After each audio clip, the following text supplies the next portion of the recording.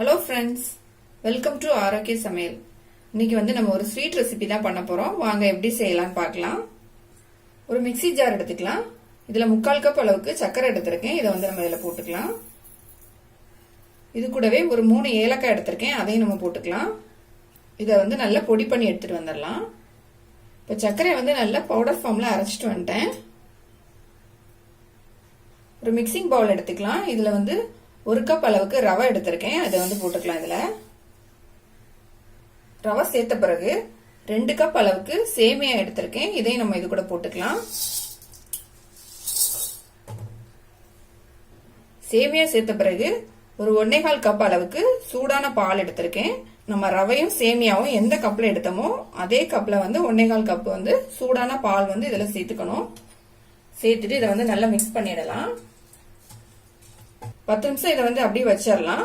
பால்ல ரவையும் சேமியாவும் நல்லா ஊறி வரணும். நம்ம அதனால 10 நிமிஷம் இதை க்ளோஸ் பண்ணி வச்சிடலாம்.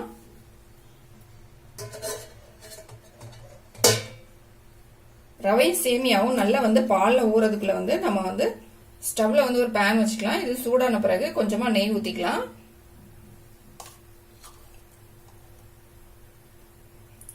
நெய் நல்லா மெல்ட் ஆயிடுச்சு.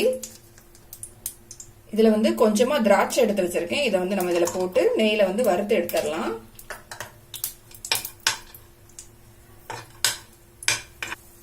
நெய்ல திராட்சை நல்லா ஃப்ரை ஆயிடுச்சு. நம்ம எடுத்துடலாம்.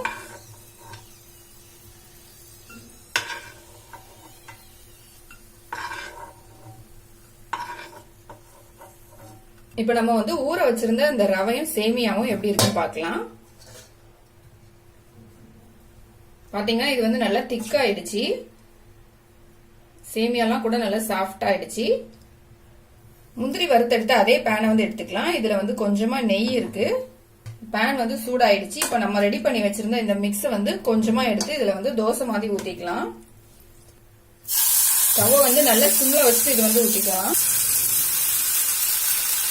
ஊத்திட்டு எல்லா பக்கமும் லைட்டா ஸ்ப்ரெட் பண்ணி விடலாம்.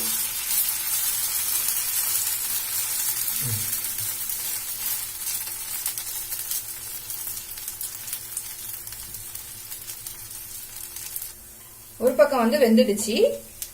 இப்ப நம்ம இன்னொரு பக்கம் திருப்பி போட்டுக்கலாம். சிம்ல வச்சுட்டு நம்ம 2 சைடும் வேக வச்சு எடுத்துக்கலாம். கலர் சேஞ்ச் ஆயிடக்கூடாது.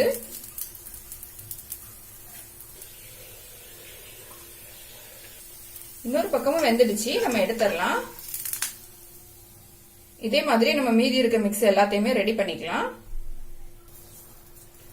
எல்லாத்தையுமே இந்த மாதிரி ரெடி பண்ணி எடுத்துக்கிட்டேன். இது நல்லா ஆறிடுச்சு. ஆறின பிறகு நம்ம சின்ன சின்னதா இதை பிச்சு எடுத்துக்கலாம். இந்த மாதிரி சின்ன சின்னதா பிச்சு போட்டுக்கலாம்.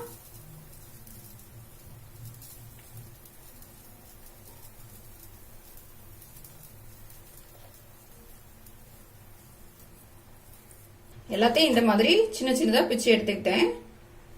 மிக்ஸி ஜார் எடுத்துக்கலாம். இதுல நம்ம ஏற்கனவே சர்க்கரை பொடி பண்ணது இந்த ஜார்ல நம்ம இந்த சின்ன சின்னதா பிச்சு வச்சிருக்கிறத இதுக்குள்ள போட்டுக்கலாம்.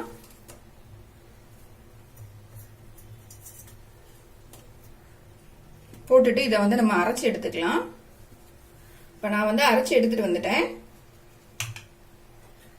இது பாத்தீங்கன்னா இந்த மாதிரி இருக்கணும். இதே மாதிரி நம்ம மீதி இருக்கதையும் அரைச்சு எடுத்துக்கலாம். எல்லாத்தையும் நான் அரைச்சு எடுத்துட்டேன். இந்த மாதிரி அரைக்கும் போது நல்ல உதிரி உதிரியா நமக்கு வந்துடும். இப்ப இதுல நம்ம பொடி பண்ணி வச்சிருந்த சர்க்கரையை போட்டுக்கலாம்.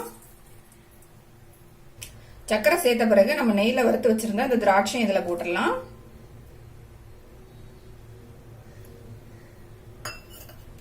போட்டுட்டு இதை கை வச்சு நல்லா மிக்ஸ் பண்ணிடலாம். எல்லாத்தையும் சர்க்கரை போட்டு நல்லா மிக்ஸ் பண்ண பிறகு நமக்கு இந்த மாதிரி பதம் கிடைக்கும். இப்ப நம்ம கொஞ்சமா எடுத்துக்கலாம். இதுல இருந்து கொஞ்சமா எடுத்துட்டு இந்த மாதிரி லட்டு ரெடி பண்ணிக்கலாம்.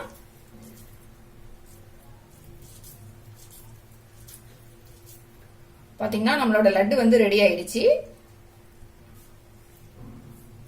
நம்ம மீதி இருக்க எல்லாத்தையும் இந்த மாதிரி லட்டு மாதிரி ரெடி பண்ணிக்கலாம். சேமியாவும் ரவையும் இருந்தா இந்த ஸ்வீட்டை வந்து நம்ம சீக்கிரமா செஞ்சிடலாம். இந்த மாதிரி உங்க குழந்தைங்களுக்கு செஞ்சு கொடுத்து பாருங்க, திரும்பி திரும்பி வாங்கி சாப்பிடுவாங்க. அவ்வளவு டேஸ்டா இருக்கும். இதை வந்து கண்டிப்பா ட்ரை பண்ணி பாருங்க. இந்த வீடியோ உங்களுக்கு பிடிச்சிருந்தா லைக் பண்ணுங்க, ஷேர் பண்ணுங்க, மறக்காம என்னோட சேனலை சப்ஸ்கிரைப் பண்ணுங்க.